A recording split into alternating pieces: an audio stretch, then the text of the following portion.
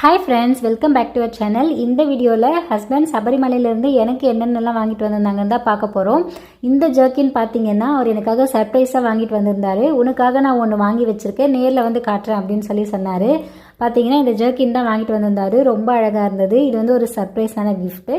அதுக்கப்புறம் இந்த பெலாசோ பேண்ட்ஸ்லாம் கொஞ்சம் வாங்கிட்டு வந்திருந்தாரு. ஆனால் அதை வந்து கால் பண்ணி சொல்லிட்டாரு, இங்கே பேண்ட்லாம் நல்லா இருக்குது, நான் வாங்கிட்டு வரேன், இதுக்கு மேட்சான டாப்லாம் அங்கே வந்து வாங்கிக்கலாம் அப்படின்னு சொல்லிட்டு. இது வந்து ஆல்மோஸ்ட் எல்லாமே கொஞ்சம் சிமிலராக தான் இருக்குது.